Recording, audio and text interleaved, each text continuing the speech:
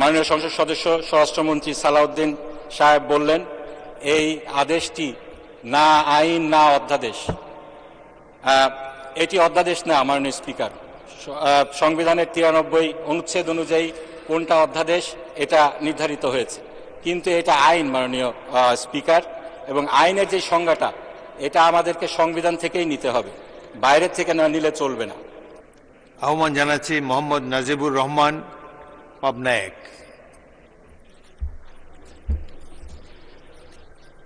আলহামদুলিল্লাহ ওয়াসসালাতু ওয়াসসালামু আলা রাসূলিল্লাহ। মাননীয় স্পিকার, আমি আমার বক্তব্যের শুরুতেই আপনার মাধ্যমে আমার নির্বাচনী এলাকা সাথিয়ার সর্বস্তরের জনগণকে আন্তরিক ধন্যবাদ জানাতে চাই আমাকে তাদের প্রতিনিধি হিসাবে জাতীয় সংসদে পাঠানোর জন্য। আমি এই সুযোগে আপনাকেও ধন্যবাদ জানাতে চাই, অভিনন্দন জানাতে চাই। আপনি সংসদে এবং মন্ত্রী পরিষদে আমার শহীদ পিতা মাওলানা মতিউর রহমান নিজামীর কলিগ ছিলেন। আপনি একজন বীর মুক্তিযোদ্ধা, আমাদের দেশের একজন মাননীয় সদস্য, আপনার সময় 5 মিনিট। ধন্যবাদ মাননীয় স্পিকার। ব্যক্তিগতভাবে 2002 সালে আপনার সাথে একসাথে হজ করার সুযোগ হয়েছিল। আপনাকে আমি একজন সজ্জন, বিনয়ী, সদালাপী এবং উদার মনের মানুষ হিসেবে জানি। মহান রব্বুল আলামিনের দরবারে দোয়া করি আল্লাহ সুবহানাহু ওয়া তাআলা যেন আপনাকে আপনার উপর অর্পিত দায়িত্ব সততা এবং দক্ষতার সাথে পালন করার তৌফিক দান করেন। মাননীয় স্পিকার, 1991 সালে 11-12 বছরের একজন বালক হিসাবে এই সংসদের গ্যালারি থেকে আপনাদেরকে দেখেছি। আজকে আপনার সভাপতিত্বে এখানে আমি বক্তৃতা দিচ্ছি। দ্বিতীয় প্রজন্মের সংসদ সদস্য হিসাবে স্বাভাবিকভাবেই অনেক স্মৃতি মনে পড়ছে। আজকের মাননীয় প্রধানমন্ত্রী যেখানে বসে আছেন সেখানে ওনার মা দেশনেত্রী বেগম খালেদা জিয়া বসতেন। এই সংসদে আমার শহীদ পিতা মাওলানা মতিউর রহমান নিজামী, শহীদ সালাউদ্দিন কাদের চৌধুরী, আল্লামা দেলোয়ার হোসেন সাইদি, মরহুম আব্দুল্লাহ আল নোমান, সাদেক হোসেন খোকা সহ অনেকেই ছিলেন। ইউটিউব বা ফেসবুক রিলে এখনও অনেক ভিডিও আসে যেখানে আমরা দেখি আমার শহীদ পিতা মাওলানা মতিউর রহমান নিজামী তার স্বভাবসুলভ যুক্তিপূর্ণ বক্তৃতা রাখছেন এবং দেশনেত্রী বেগম খালেদা জিয়া সেটা টেবিল চাপটিয়ে অ্যাপ্রিসিয়েট করছেন। আজকে তারা আমাদের মাঝে নেই, কিন্তু তাদের সন্তান হিসাবে আমরা জনগণের ভোটে নির্বাচিত হয়ে এই সংসদে এসেছি। মাননীয় স্পিকার, আমাদের দ্বিতীয় প্রজন্মের সংসদ সদস্যদের মধ্যে এখানে একটা বিষয়ে মিল রয়েছে। আমরা সকলেই ফ্যাসিবাদের নির্যাতনের একটি কঠিন অধ্যায় পার করে এখানে এসেছি।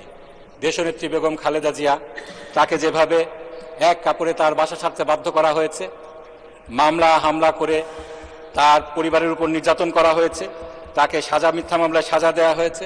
একইভাবে আমার শহীদ পিতা মাওলানা মতিউর রহমান নিজামী, দেলোয়ার হোসেন সাইদি, শহীদ সালাউদ্দিন কাদের চৌধুরী সহ অনেককেই শতাব্দীর জঘন্যতম মিথ্যাচারের মাধ্যমে বিচারিক হত্যাকাণ্ডের শিকার হতে হয়েছে। আমাদের কাউকে কাউকে গুম করা হয়েছিল, কাউকে কাউকে দেশ ছাড়তে বাধ্য করা হয়েছিল। তা আমি বিশ্বাস করি মাননীয় স্পিকার, আমরা শুধু আমাদের পূর্বপুরুষের লিগেসি এখানে বহন করছি না, বরং আমরা সকল নির্যাতিত পরিবারের প্রতিনিধিত্ব এখানে করছি। আমরা এমন একটি সময় দেখেছি মাননীয় স্পিকার, যখন অবিচারকে বিচার, অনিয়মকে নিয়ম হিসাবে প্রতিষ্ঠিত করা হয়েছিল। আদালতের কাঁধে বন্দুক রেখে সংবিধান সংশোধন করে ফ্যাসিবাদকে সাংবিধানিকভাবে প্রতিষ্ঠিত করা হয়েছিল। মাননীয় স্পিকার, ফ্যাসিবাদকে প্রাতিষ্ঠানিক রূপ দেয়া হয়েছিল। সেই ফ্যাসিবাদকে অপসারণ করার জন্য, গণতন্ত্রকে পুনরুদ্ধার করার জন্য একটি বিপ্লব অনিবার্য হয়ে পড়েছিল এবং সেই বিপ্লব আমরা দেখেছি 24শে জুলাই এদেশের ছাত্র জনতা দল মত নির্বিশেষে বুকের তাজা রক্ত ঢেলে এদেশ থেকে ফ্যাসিবাদকে উৎখাত করেছে। মাননীয় স্পিকার, আমরা সকলে এই জুলাই সনদ বাস্তবায়নের কথা বলছি, যে সনদের ব্যাপারে আমরা সকল দল একমত হয়ে স্বাক্ষর করেছি, যে সংস্কারের বিষয়ে প্রায় 70% জনগণ হা ভোট দিয়েছে। কিন্তু আজকে সেই সনদ কিভাবে বাস্তবায়িত হবে সেটা নিয়ে ধোঁয়াশা তৈরি হয়েছে। বাস্তবায়ন সংক্রান্ত রাষ্ট্রপতির আদেশ নিয়ে আজকেও এই সংসদে কথা হয়েছে। মাননীয় সংসদ সদস্য স্বরাষ্ট্রমন্ত্রী সালাউদ্দিন সাহেব বললেন, এই আদেশটি না আইন না অধ্যাদেশ। এটি অধ্যাদেশ না মাননীয় স্পিকার। সংবিধানের 93 অনুচ্ছেদ অনুযায়ী কোনটা অধ্যাদেশ এটা নির্ধারিত হয়েছে, কিন্তু এটা আইন মাননীয় স্পিকার।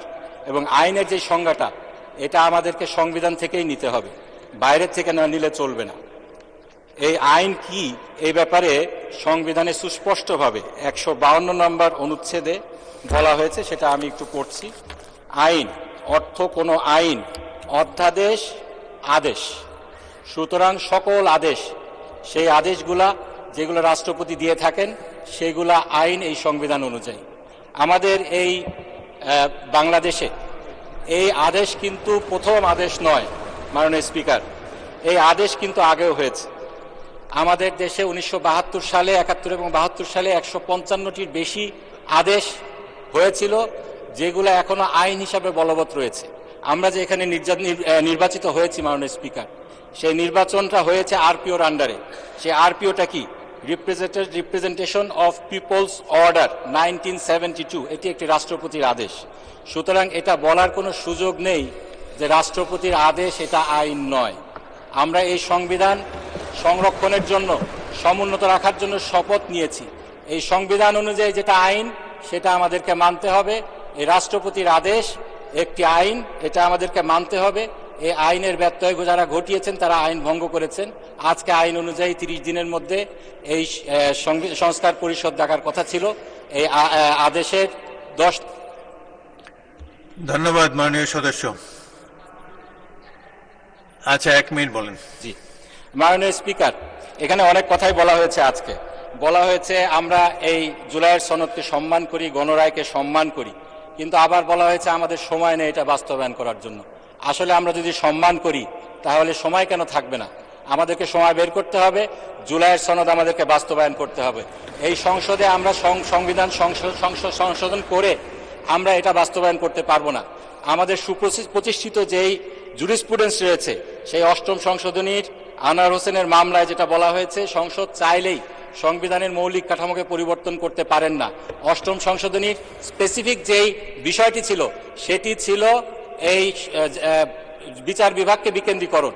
সেই বিষয়টি কিন্তু আমাদের সেই অধ্যাদেশের মধ্যেও এসেছে। আমরা গণভোট সেই বিষয় দিয়েছি, জুলাই সনদের মধ্যেও রয়েছে। সেখানে আমরা যদি আবার একই বিষয়কে সংসদে সংশোধন করি, সেই আনোয়ার চৌধুরীর 8ম সংশোধনীর মামলা রায় কোথায় যাবে? আমরা আরো বলেছিলাম যে 5ম সংশোধনীতে যেটা বলা হয়েছে রাষ্ট্রের মৌলিক নীতিমালাগুলোকে পরিবর্তন করা।